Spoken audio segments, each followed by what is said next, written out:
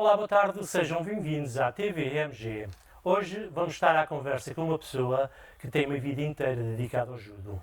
Durante décadas, o tatami foi seu território natural. Primeiro como atleta, depois como treinador, sempre como aprendiz e como discípulo de uma filosofia que ultrapassa largamente a dimensão competitiva. Nesta entrevista, revisita memórias e desafios. Gerações passaram pelas suas mãos, cada uma levando consigo um pouco da filosofia que sempre defendeu e defende desde o primeiro dia. Respeito, humildade, disciplina e coragem. No silêncio do dojo, onde o som dos passos ecoa sobre o tatame gasto pelo tempo, há uma história que se confunde com a própria história do judo na região. Hoje, com uma vida inteira dedicada ao judo, o mestre, figura serena, olhar firme, presença discreta, continua a entrar no tatami com a mesma serenidade de quem sabe que ali se aprende muito mais do que técnicas de combate. Aprende-se a viver. Há mestres que deixam medalhas. Há mestres que levam um legado. Sr. Saraiva, muito obrigado. Seja bem-vindo à TVMG. Agradeço por esse tempo que vai disponibilizar para fazer esta entrevista. E podíamos começar, se calhar, pela uma das principais perguntas, a sua história de como iniciou o judo. Então, boa tarde e obrigado por esta entrevista, que de facto que nunca fiz uma entrevista assim deste género, muito obrigado. A minha história do judo começou de facto aos 20 anos praticamente, e começou no Clube Judo Dragão em Leiria, fundado por um mestre que veio para cá. E na altura também um pouco influenciado, porque o cinema tinha muito filme de artes marciais e qualquer criança na altura via o filme de Bruce Lee e outros filmes, e eu queria saber um pouco mais do que eram as artes marciais. Então inscrevi-me no judo e de facto comecei a gostar, porque era uma luta onde tinha regras. E essas regras fizeram de mim alguém que eu na altura tinha uma filosofia do desporto só de futebol, e que aprendi aqui no judo é totalmente diferente. Eram regras dos japoneses e que eram um bocadinho, na altura podemos dizer que eram um bocadinho duras, porque agora também já estão diferentes, porque o judo, para ser uma modalidade olímpica, também teve de ter algumas alterações, mesmo das técnicas, e eu aceitei porque percebi, se no futebol tinha um comportamento não tão correto, porque era o que era permitido, então no judo eu era uma pessoa, no futebol era outra. E eu quis ver até onde é que eu conseguia alterar isto tudo. E então comecei-me a dedicar de facto ao judo como atleta. Não era fácil aqui porque só em Lisboa, Porto e Coimbra que havia judo já com alguma dimensão. O judo a seguir ao 25 de Abril começou a desenvolver-se para o país todo, e aqui, como o resto do país, também o judo era muito fraco, estávamos a iniciar, não é? Então eu tinha que ir para Lisboa, para Coimbra, a aprender. E de facto na altura não era fácil, porque eu digo aos meus atletas hoje que se eu desse um treino como aqueles que me eram dados a mim pelo mestre Kobayashi, o japonês, que veio para cá, digamos, foi o pai do judo, praticamente quase ninguém aguentava, porque de facto os métodos japoneses de treino eram muito, na altura, eram muito fortes. E ainda hoje são, mas pronto, mas na altura eram muito fortes. Talvez menos pedagogia que há agora, não é? E pronto, até que fui treinando, fui participando menos nos campeonatos e fiquei várias vezes em terceiro lugar classificado nos campeonatos nacionais, até que um dia fui campeão nacional, absoluto, pronto. E depois a partir daí a competição para mim foi sempre gostei muito de competição, até porque se não existisse a competição, não treinava judo. Porque há modalidades que não têm competição e mesmo o judo, só 20% é que faz competição, ainda hoje. 80% treina judo, ou defesa pessoal, ou manutenção, porque gosto de judo, mas competir, não gostam de competir. Há muita criança que hoje, mesmo hoje, então hoje ainda é pior, a criança tem medo de competir. Não gostam, porque ir não é fácil. E pronto, eu sou ao contrário, porque há outras variantes do judo que são os katas, que é isso, também há competição katar, mas pronto, não há aquela exigência como há alta competição, porque para ser campeão olímpico, campeão da Europa, campeão do mundo, tem uma grande exigência, não é? E até campeão nacional, tem que se treinar muito, e todos os dias. E há muita gente que não quer isso, e eu aceito. Eu, na altura, treinei muito. Para ser campeão nacional, tive que treinar mesmo muito. E para depois fazer parte da seleção, para ser convocado, que era aí nos estágios onde se aprendia. Também, como se costuma dizer, uma parte lava-se muita porrada, que é normal. Sofria-se muito. Ao terceiro dia de estágio, que era uma semana, era de segunda a sábado, à quarta-feira já me doía o corpo todo. Já não sentia o corpo com dores. Sr. Saraiva, ainda bem, depois de tantos anos dedicados ao judo, o que é que ainda se sente quando entra no tatame? Estou sempre a aprender, não sei nada. Ao contrário de muitos que pensam que já sabem tudo, eu estou sempre a aprender. E porque a minha história foi, eu aprendi muito em Portugal, que é normal, mas depois comecei a ir para a Espanha, já quase há 40 anos, e aí é que eu, de facto, vou para a Espanha, depois havia cursos e havia ações de formação com outros treinadores, mesmo japoneses, não só. Depois aí é que eu comecei, de facto, a aprender como o programa de ensino para crianças, que na altura aqui era muito japonês, e eu, muito rígido, e o facto, para mim, o judo hoje em dia, já há mais de 30 anos que eu alterei o regulamento aqui no Citlaria, não foi muito bem aceito na altura. Houve técnicos que, de facto, eu aprendi em Espanha que não eram adaptadas a uma criança de 6, 7, 8 anos, que era para competidores, já adultos, e não foi. Mas agora já compreendem. Porque uma criança não pode ter o mesmo ritmo de treino ou fazer as técnicas perigosas que os adultos fazem, não pode. Não acontece isso no futebol. Todos os esportes são diferentes, quer nas crianças, quer nos adultos. E pronto, e para mim, de facto, o judo, a filosofia de ensino é o que eu digo, portanto, nós fazemos aqui com os treinadores e o que eu digo a muita gente a tirar o curso é que aquilo que eu aprendi para poder ensinar é que vejo o ensino do judo como uma criança na escola. Uma criança, quando 4, 5 anos, é como se estivesse na pré. Está a fazer desenhos, está a fazer coisinhas, tem uma preparação para depois, quando for para a escola, já começar a ter outra matéria. Outra matéria. De primeiro ano à quarta classe, são programas diferentes. E é aquilo que eu ensino há muitos anos no Judo Clube. Exatamente. Mas antes disso, também não sabia que era assim. Ensinava como aprendi. Exatamente. Ensinava uma criança como tivesse a ensinar um adulto e não podia ser. Claro que há muitos treinadores para ter resultados a curto prazo, para ser campeões, se calhar, com juvenis, ensinam técnicas que eu digo, isso pertence à universidade. Isso é uma técnica da universidade, não é? E por isso é que eu agradeço também a grandes mestres. Tive um mestre de uma ilha viva, mora em Madrid, foi campeão também de Espanha, e ele tem um aluno que depois tirou o curso de psicólogo, e ele também é que entra bem em conjunto com o psicólogo e diz, olha, a criança com 7 anos tem capacidade para aprender estas técnicas, estas. Com 8 anos já é diferente. O programa é diferente. Conseguiu estabelecer uma maneira aqui de técnicas para a idade. E tem razão. E tem razão.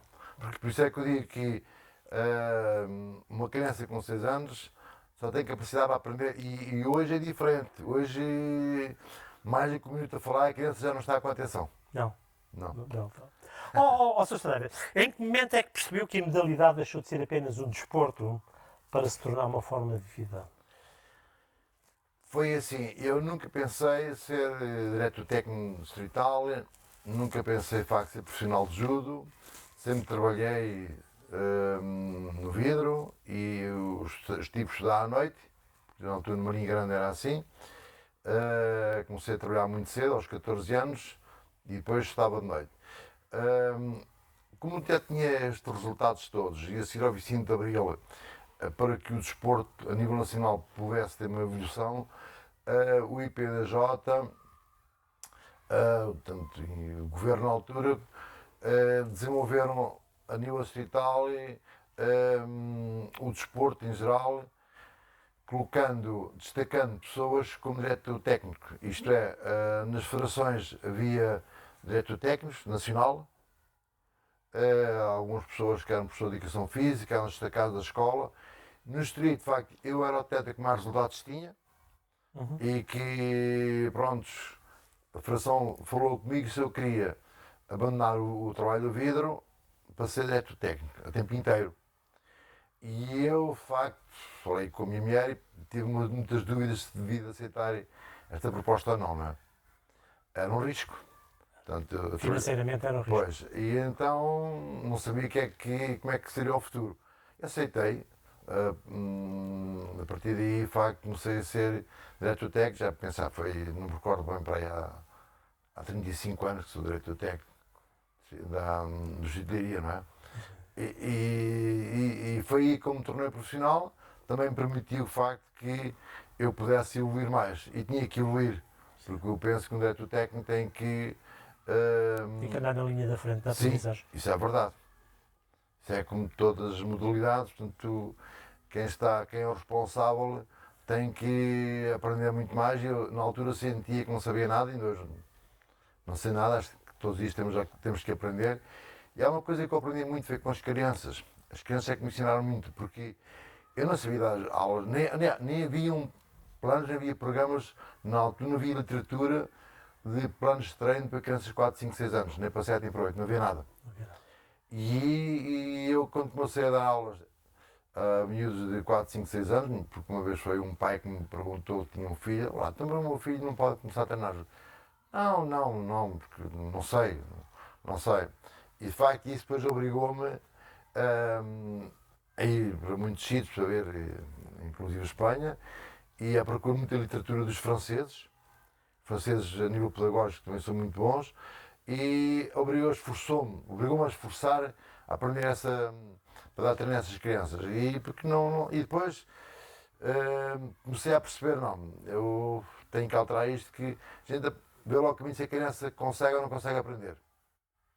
Fazer as camalhotas, a roda, a rodada, fazer um conjunto de técnicas, isto não é para esta idade.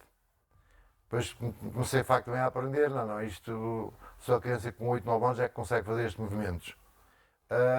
E foi uma grande lição que eu aprendi e também posso agradecer. Ainda hoje as crianças hoje são mais exigentes, hoje é diferente e fiz um curso de treinadores, tenho feito 2 em 2 anos, faço um curso de treinadores. Agora tenho aqui 5 treinadores jovens da Marinha que estão a acabar o estágio e de facto eu pergunto qual é a maior dificuldade, qual é a turma que pode dar mais trabalho. É de 4, 5, 6 anos. Bom. Sr. Saraiva, esta agora é um bocadinho mais pessoal, vamos dedicar um bocadinho mais a si. Quais foram os momentos mais marcantes da sua carreira enquanto atleta? Enquanto atleta? De facto, foi quando fui campeão nacional absoluto, porque o campeonato nacional absoluto é sem pesos. E eu lutei com atletas de 140 kg, 100 kg, e a minha categoria na altura é 78 kg. E não é fácil. Já treinava com eles há muitos anos, nos estágios, e portanto, no fundo nós éramos todos amigos, não é? Sim, sim. E nós andávamos a lutar uns com os outros, mas os meus maiores amigos eram os meus adversários diretos, não é? E de facto, eu naquele dia fui para o campeonato sem qualquer ambição, porque não era para mim, com os 78 kg, tinha lá os 140, os 120 e 100 kg, era para eles. O peso conta muito, não é? Exatamente. Eles caem em cima, já é uma grande chatice. E não, comecei a ganhar, e na altura as finais eram 10 minutos ainda, 7 ou 10 minutos, não me recordo bem. E aí, só que eu estava bem preparado, porque eu na altura também Olha, com o Fernando Alves, eu corri também no Maranhense, fiz meia maratonas, corri aí os 10 km quando era as aldeias faziam as festas. Sim, sim, Eu sim. corri Sim. para o Maranhense, eu corri muito. Claro que corri, digamos assim, que não era adaptado ao judo, mas enquanto meus colegas estavam parados, eu estava a correr. E Estava em a termos de preparar. Resistência. resistência ajudou bastante. E eu devia ser o único judoca na altura que fazia meia maratonas. Fiz a Nazaré, fiz a Mania Grande e de facto sabia que tinha muita resistência. E então as pessoas mais fortes, mais pesadas, têm muita força, são pesadas, mas em termos de resistência não são tão fortes. Exatamente. E então eu fui ganhando combate, outro combate, outro combate. Bem, já agora, lá daqui, vou até à final Exatamente. e ganhei na final. Pronto. Quais foram os desafios, ou que desafios enfrentou ao longo desse percurso e como os superou? Os desafios da competição. Sim. Os desafios é que depois de ser campeão, acho que comecei a ter, como é que é dizer, um campeão, ainda hoje, campeão olímpico, campeão do mundo, campeão da Europa, quando vai depois voltar a competir, tem sempre alguém que lhe quer ganhar. Isso é sempre. É como no futebol, todos querem ganhar o Benfica, o Porto e o Sport, não é? Quando é na Taça Portugal. Os da segunda divisão, todos querem ganhar aos favoritos. E eu senti de facto que até aí não era um atleta vulgar, normal aos outros. A partir do momento que eu fui campeão já era mais uma pessoa a bater. Pronto, esse foi o grande desafio que eu também já tinha 30 anos, não é? E eu fiz competição até aos 37, foi num torneio internacional da Inatel, fui a RGL e fiquei em terceiro lugar. Perdi com o austríaco e depois acabei a carreira aos 37 anos. Fiz competição até aos 37 Isso é uma idade muito avançada no judo? Ou... É um bocado. É? Qual é a idade base do... A Telma também teve até aos 38, mas alguém fica aos 40. Mas depende das lesões também. Mas qual é o 35, mais ou menos. 35 anos. E a parte alta? E o cume? Aqui 25? Não, em termos de força, entre os 25 e 30 anos, em termos de força, estava. Depois a partir dos 30 anos já entra a experiência também, entre outros fatores, não é? Sim. Pronto, mas há quem desista aos 25. Há quem desista, pronto, anda lá na alta competição, vê que não consegue resultados e depois tem que optar por estudar. Portanto, hoje a vida é também diferente, não se pode deixar os estudos para trás. Eu, na altura, pronto, já era casado, tinha uma vida diferente. Claro que, às vezes, eu para poder ir para Espanha, para aqui, era a família que ficava prejudicada, não é? Pois, sim, claro. Tem alguma vitória ou derrota que tenha moldado a sua forma de estar no judo? Há várias, mas há uma, lá está. No ano a seguir, e quando eu fui campeão absoluto, fiquei em terceiro lugar. Então não fui campeão.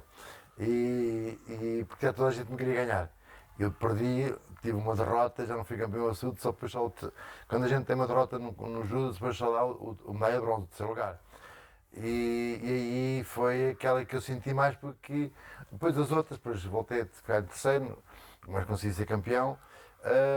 Mas foi a partir daí que as derrotas começaram a pesar mais, que até aí era normal. Pois, eu recordo-me bem que sim. até foi, portanto, no Campeonato Nacional até foi no entroncamento e que, pronto, eu ia mais nervoso, porque tinha sido campeão e com mais responsabilidade. Como tinha sido campeão no ano anterior, ia mais nervoso e já era também um atleta. Bem, temos que ganhar aquele, são aqueles que nós temos que ganhar, são os favoritos. E pronto, eu perdi um combate e fiquei um bocadinho chateado. Essa não esqueceu. Sr. Saraiva, o que é que motivou a passar do papel de atleta para o treinador? É curioso que eu fui obrigado a ter os dois papéis. Como atleta e como treinador, devido ao falecimento do meu amigo mais Jorge Diniz, em 78, eu na altura também tinha pouca experiência ainda, mas como eu treinava no Clube do Dragão em Leiria, houve dois pais de miúdos que faziam judo na Marinha, falaram comigo se eu queria ser também treinador aqui na Escola de Judo Estrela Marinhense. E pronto, eu na altura não tinha o curso de treinadores, aceitei uma experiência. Depois o Afaração, o presidente era o engenheiro Hugo da Assunção, perguntou se eu queria ir para Lisboa um mês para aprender. E fui lá, tive no Judo Clube Portugal, onde havia aulas das 7 da manhã, às 8, para pessoas mais idosas que faziam trabalhar. Depois também havia para outro grupo, ao meio-dia, à hora do almoço, porque eles já faziam esse tipo de treino. E depois treinava das 5 até às 7 a ver juntamente com o professor Henrique Nunes e com o mestre Basto Nunes. Eles davam aulas a crianças, eu estava lá a ver como é que eles davam as aulas. E depois treinava eu das 7 às 9. Estive lá um mês no centro de estágio, portanto a Federação pagou isso tudo, tirei férias um mês, foram as minhas férias na altura, e foi aí que comecei de facto a aprender, porque foi o primeiro contacto que tive, eu a ver como é que o mestre Henrique Nunes e o mestre Basto Nunes davam as aulas, também se aprende muito a ver. Pois. E foi o meu percurso também depois em Espanha, não só, a ver como é que os outros trabalham, que eu, bem, isto agrada-me, depois, e que já no meu clube aquilo não vou ensinar aquilo. Portanto, mas foi assim que eu fiz no percurso, depois fui tirar o curso, fui tirando os cursos e pronto, serei todos os cursos máximos que há em Portugal, terei-os todos, mas depois há ações de formação e como lhe digo fui para a Espanha e de facto, em Espanha é que eu também aprendi bastante. E foi assim. Como é que descreve a responsabilidade de formar novas gerações de judocas? Pronto, a responsabilidade é muito grande porque quando um pai vai ao clube de judo ou qualquer modalidade, mas neste caso estamos a falar do judo, que são com 4 anos, nós temos uma grande responsabilidade, porque o pai vai inscrever o filho, neste caso do judo, e vai descansado porque tem confiança com quem está lá a ensinar. Isso é muito importante. Portanto, sou uma pessoa já muito conhecida, hoje já lá tenho alguns pais na qual eles já foram os alunos, não é? E que hoje já dizem que eu não sou tão duro, já não sou sarava que era antigamente, já sou diferente. Já se adaptou. Que não sou tão exigente, não é? Na altura, de facto, era muito exigente, também foram exigentes comigo. E eu reconheço, de facto, que na altura era assim, mas eu não sou culpado, era a pedagogia da altura de ensino, não é? E agora sim, tenho essa responsabilidade porque sei que, primeiro, nenhuma criança se pode magoar. E a criança gosta de brincar, fazer jogos.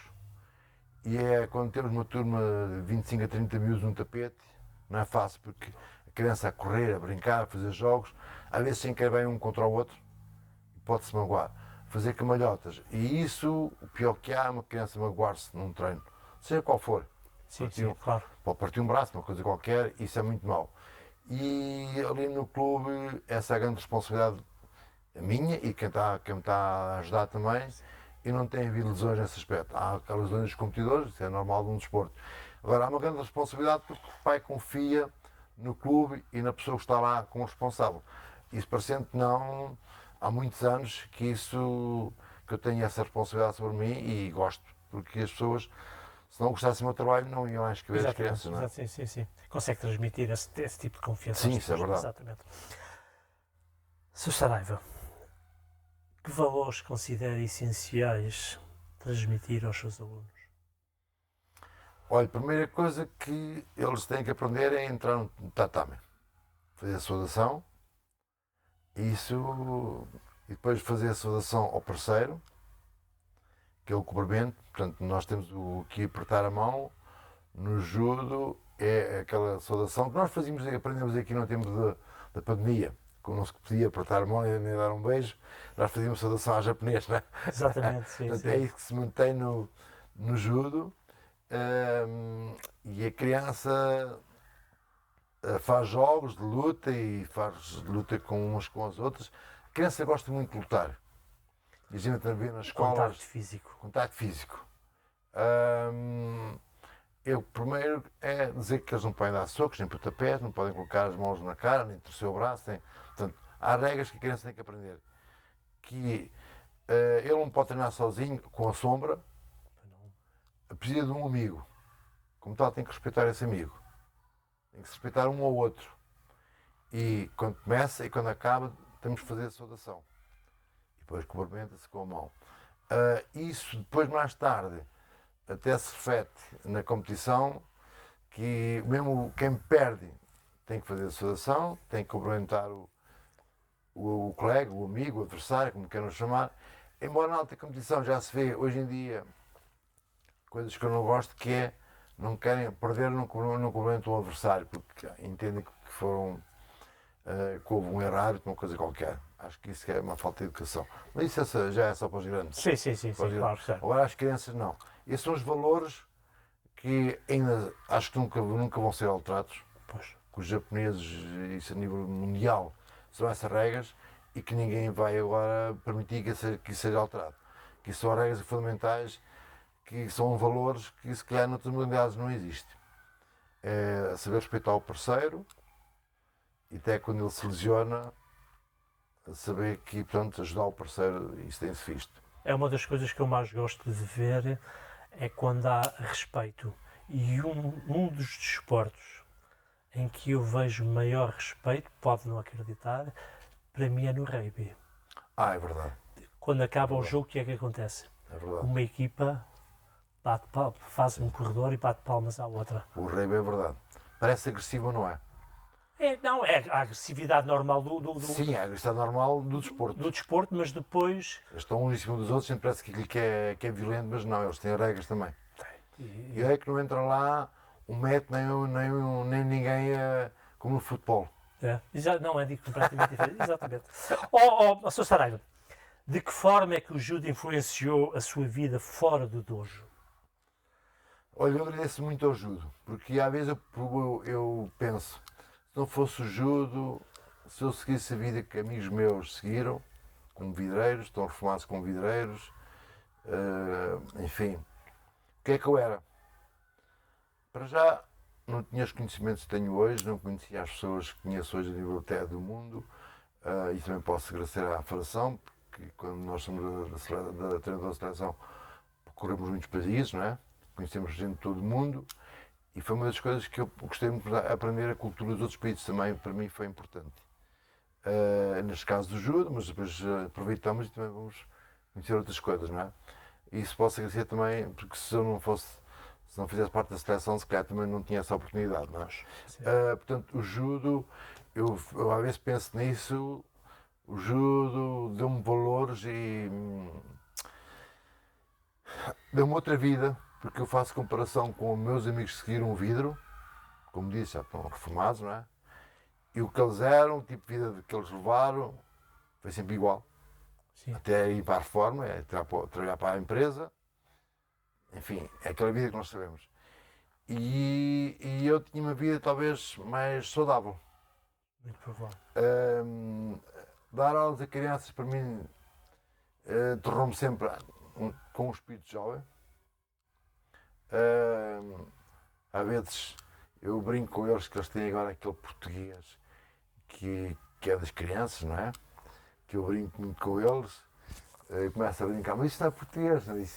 Mas pronto, é aquela juventude.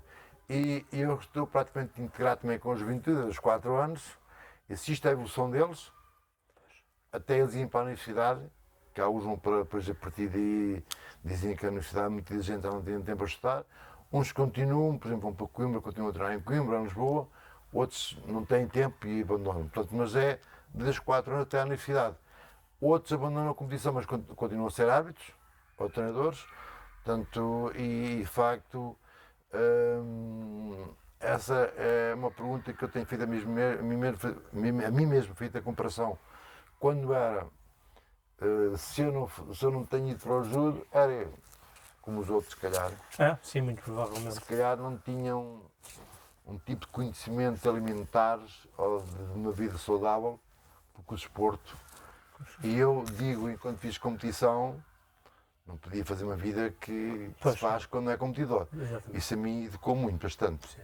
Portanto, tinha que ter, quando se é competidor, tem que ter uma vida mais saudável, porque senão, os meus amigos fumavam e eu nunca fumei.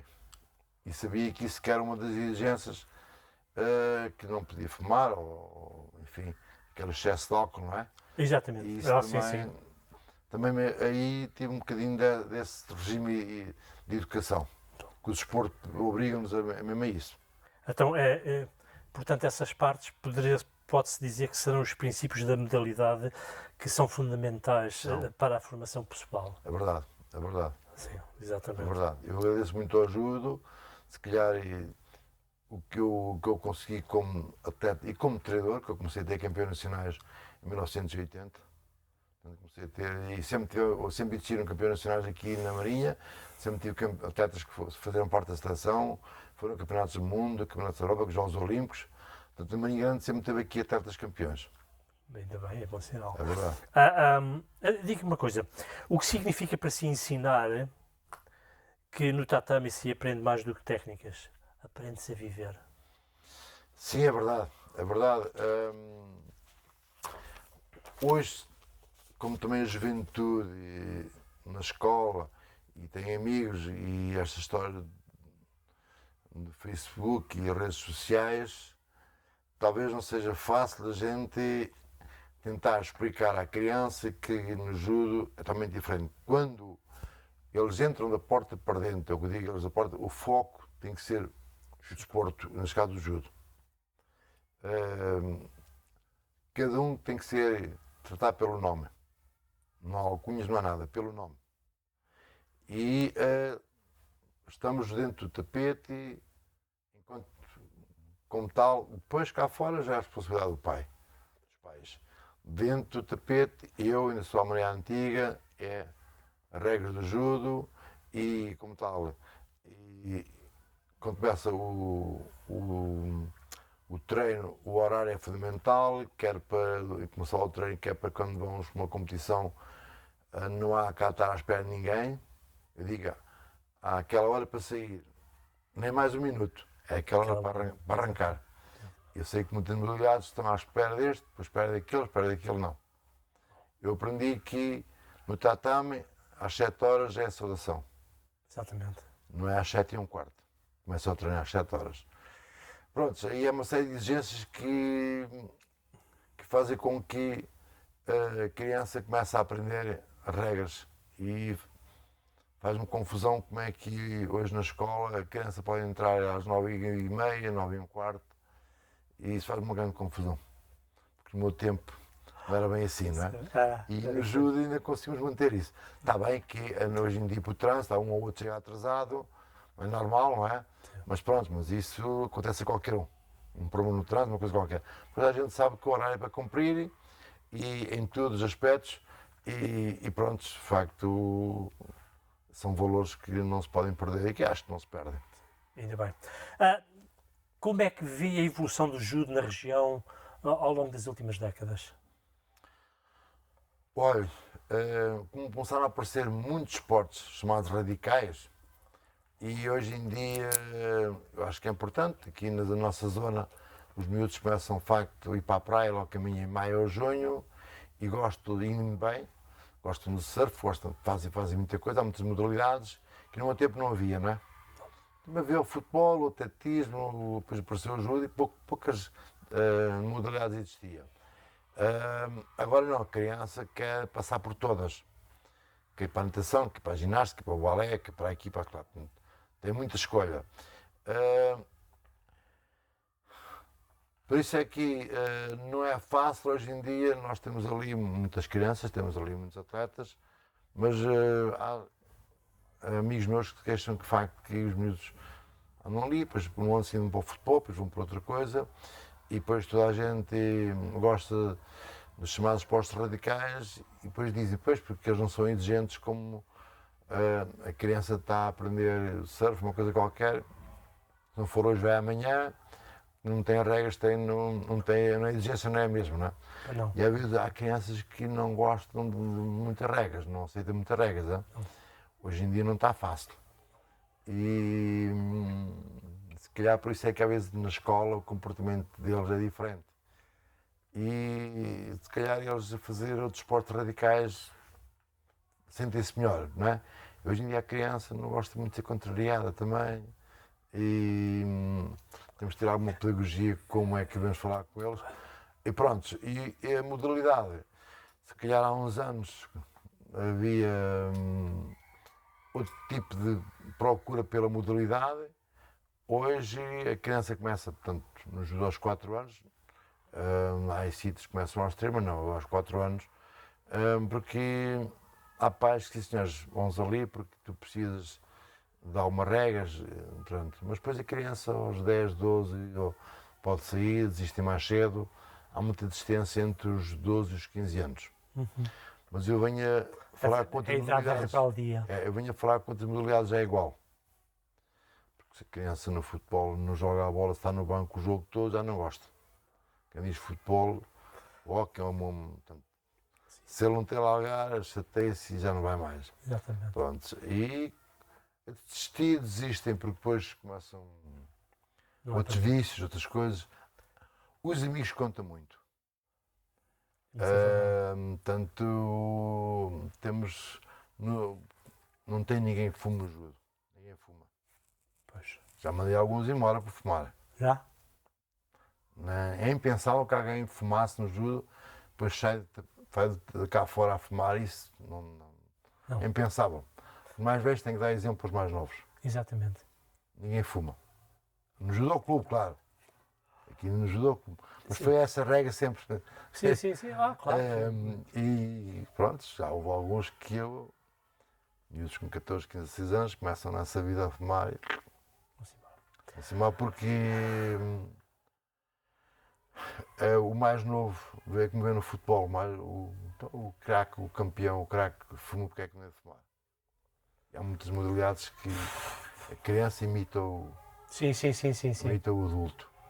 Exatamente. E pronto, eu sempre aprendi isso. Há um desvio. Sempre me ensinaram isso nos cursos e eu entendo que isso é que está correto, porque mesmo como o comportamento do treinador, a criança e os pais veem como é que ele é, portanto, se há comportamentos que não são os mais educativos, também não podemos exigir ao aluno para ter um comportamento correto. Exatamente. Sr. Saraiva, sente que a sua história se confunde com a história do judo distrital, local, distrital? Portanto, no distrito, cada clube tem o seu professor, o seu treinador, tem os seus métodos. Portanto, eles fazem os seus treinos, mas agora aqui em termos de associação, como qualquer modalidade, a associação tem influência porque organiza os campeonatos, inscrições, as reabilitações, portanto, tem uma ligação maior aos clubes do distrito que se não for diretor técnico. Isso não haja dúvidas. Agora, na Marinha Grande, toda a gente diz que, portanto, a influência do judo, toda a gente conhece por Saraiva, não é? Aqui na Comeira também há judo, que é o Jorge Lopes, foi meu aluno, também há aqui judo na Comeira, mais para crianças. Mas pronto, na Marinha Grande essa é a história, não é? Pronto, o judo na Marinha começou com o falecido Mário Jorge, depois foi pouco tempo, já não é lembrado praticamente quase, não é? Só os mais antigos é que sabem. Pronto, e a minha história, de facto, é essa. No Distrito de Leiria, eu tinha alguma influência por causa da competição, dos torneios que a gente organiza, são torneios ativos que a gente faz, não é? Pronto, e aí, sim, agora em termos dos cursos, também, como damos cursos, há aí treinadores no Distrito que já fizeram o curso, fui eu que dei a parte técnica também, não é? Porque uns dão uma matéria, outros dão outra, portanto, temos que obedecer para fazer um curso de treinadores. Eu e o PDJ que temos de ter tantas horas e tantas disciplinas, história, eu só dou a parte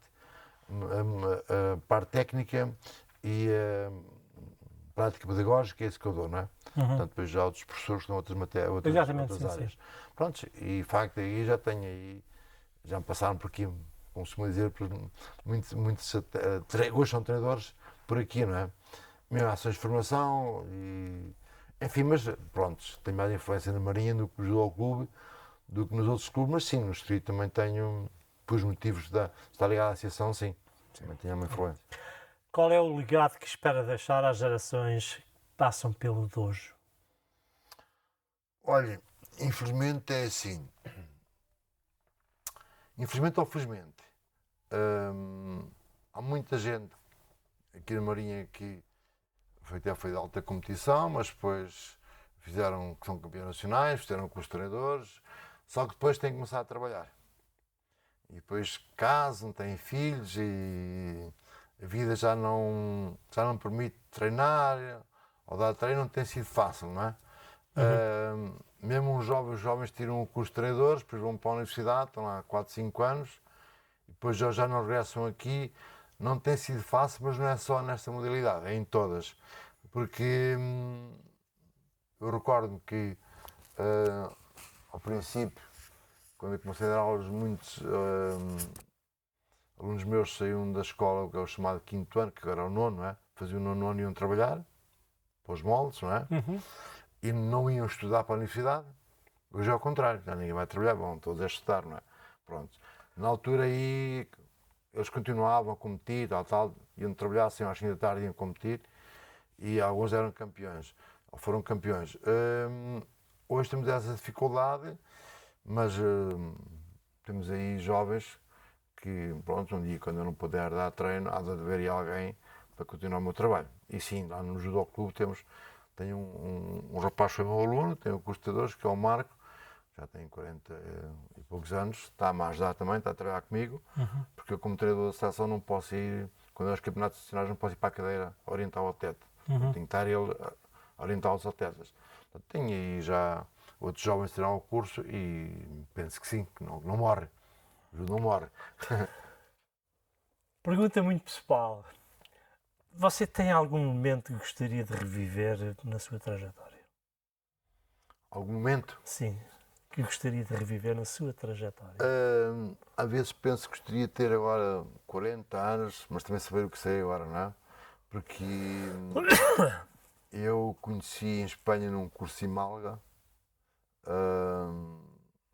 um treinador japonês, foi o Go Tsunoda, que toda a gente, quando ele um trator, que ele não falava espanhol, ele veio do Japão, ele tinha 30 anos, veio do Japão para mexer às costas para a França, depois casou com uma francesa, depois vieram para a Espanha. Estão perto de Barcelona. E depois, quando eu o conheci, convidei para vir à Marinha Grande e quando eu, pronto, mesmo toda a gente, quando vi ele a ensinar ajuda, fiquei-me coisas que eu nunca tinha visto, métodos de trabalho, métodos de treino que eu nunca tinha visto. E depois foi com ele que eu digo assim, bem, de facto, parece que eu não sabia judo, estou a aprender agora. Começou a aprender. Judo de competição, não é? Sim. Judo para competir. Sim. E de facto, essa ficou marcada na minha vida, porque ele depois vinha a Marinha 2 vezes por ano. O meu filho tinha 8 anos, quando ele começou a ir para cá, veja lá, ele tem 32 agora. Já foram muitos anos, não é? Muitos anos. E esse japonês tem uma filha que já é campeã, foi aos Jogos Olímpicos, e ela começou a andar aqui no tapete também no Marinha Grande, não é? Vieram para cá, portanto ele trazia a mulher, vinha com a mulher e com a filha, depois nasceu um filho mais tarde, portanto foi aqui que a filha começou a andar no tapete também, e aqui lá também, mas quando vinha trazia a filha e ela quase não sabia andar. E agora já está na alta competição, porque elas estão em Espanha a viver, não é? Sim. Portanto, ele foi treinador da seleção também cá em Portugal, treinou até ao Monteiro, quando foi nos Jogos Olímpicos do Rio de Janeiro, ele era o treinador da seleção, pronto, depois houve problemas com a federação e ele deixou de ser selecionador. E pronto, esse foi um ponto que me marcou bastante, porque eu aí comecei, de facto, a aprender judo e tive sorte de estar com uma pessoa que sabia muito judo na altura que em Portugal não se sabia aquele tipo de judo, não é?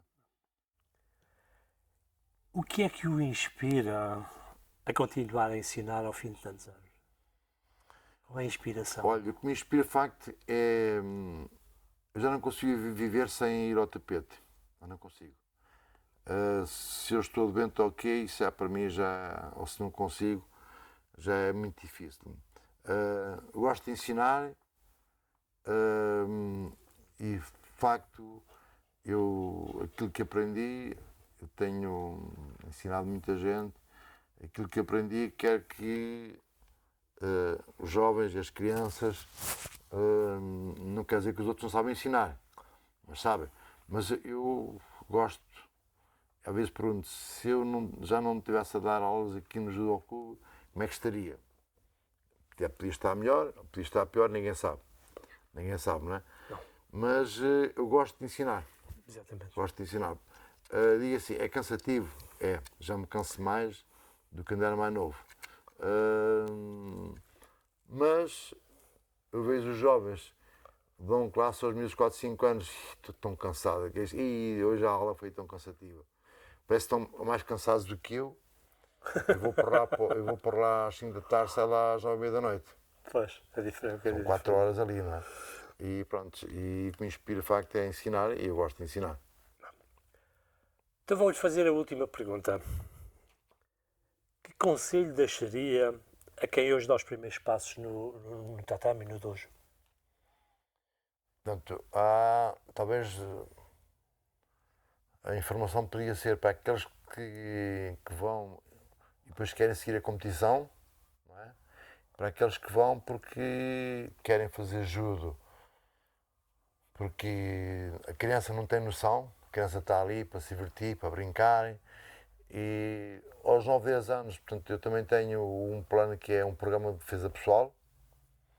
Hoje em dia, portanto, a agressividade nas escolas é muita, e mesmo o judo para as mulheres, que uma criança com 10, 11, 12 anos já entende que se calhar é importante saber defesa pessoal, porque há países, inclusive o Brasil, muitas mulheres foram para dar artes marciais porque quase que é obrigatório saber defender-se, não é? E acho que ter uma arma também é complicado, e acho que utilizar, como utilizou o Jigoro Kano, o corpo, sabendo defender-se com os pés e com os braços, isso é que é uma arma. E as criancinhas a partir dos 7, 8 anos já começam a aprender uma ou duas técnicas de defesa pessoal. Sim, não é para eles irem para a escola e bater aos outros, não é? Não, isso é o que eu digo a eles, que é proibido. Não podem. Agora, se mais tarde alguém quiser roubar, que às vezes, enfim, eu digo às meninas, bem, se vocês tiverem um namorado que vos queira bater, vocês têm que saber defender-se, não é? Exatamente, sim. E é verdade. Sim, E claro, é verdade. sim, Portanto, sim. hoje em dia a violência aí, a gente vê o que é todos os dias. Não é? Portanto, e é o que eu transmito às crianças, alguns mais velhos, a partir dos 11 anos já compreendem bem isso, o que é defesa pessoal. E é curioso que quem não faz competição gosta da defesa pessoal. Porque hoje em dia, se vê alguém me agarra por trás, ou me aperta ao pescoço, ou me tenta fazer qualquer coisa, saber defender-se é importante. Muito. É muito importante. E a criança gosta disso. E os que não gostam de competição, alguém que dá um pontapé, ele sabe defender-se do pontapé, e a criança gosta disso. Vê-se a alegria dele. E para a competição, não gosta de competição. Pois. Mas porque não gosta de perder? Sim, é diferente. São áreas diferentes. São áreas sim. diferentes. E pronto, e nós ali temos a defesa pessoal também, que é motivante. É motivante, e acho que é uma das coisas que toda a gente devia de aprender. Bem, a gente estamos a chegar praticamente, estamos na reta final. Antes de acabar, eu gostaria de dizer porque é que está aqui a bandeira da Quemeira. A gente, de facto, estamos na Biblioteca da Quemeira, um sítio excelente para ter este tipo de entrevistas, muito bem acolhidos aqui, e eis a razão da bandeira estar aqui, porque a gente estamos dentro da Quemeira. Sr. Saraiva, muito obrigado, mas agradeço mesmo do fundo do coração. Olha, eu também quero agradecer. É a primeira vez que estive assim a dar uma entrevista. Acho que eu estou surpreendido, porque não. Também às vezes uma entrevista é normal, pessoas escrevem aquilo que eu respondo, e como disse, o local que eu facto também, até porque aqui ajudo na Quemeira, gosto muito da Quemeira, eu conheço muito bem o Franco, que também fez judo comigo, foi meu aluno e também andou lá no judo há algum tempo, os filhos deles também, e de facto para mim também foi muito importante ser aqui. Por isso é que eu lhe perguntei se não podia ser lá na escola, no Judo ao Clube, não tinha a noção do que é que estava aqui. O que era uma entrevista assim, por isso é que recordo, pode ser no Judô Clube, pronto, não tinha a noção. Por isso, para mim, como foi a primeira vez que de facto foi uma entrevista assim, a sério, pode ser a sério, agradeço bastante, já, por conhecer uma pessoa que estava a desenvolver um trabalho também, e acho que é importante o seu trabalho, não o conhecia. Se calhar já tinha passado por si muita vez e não nos conhecíamos, não é?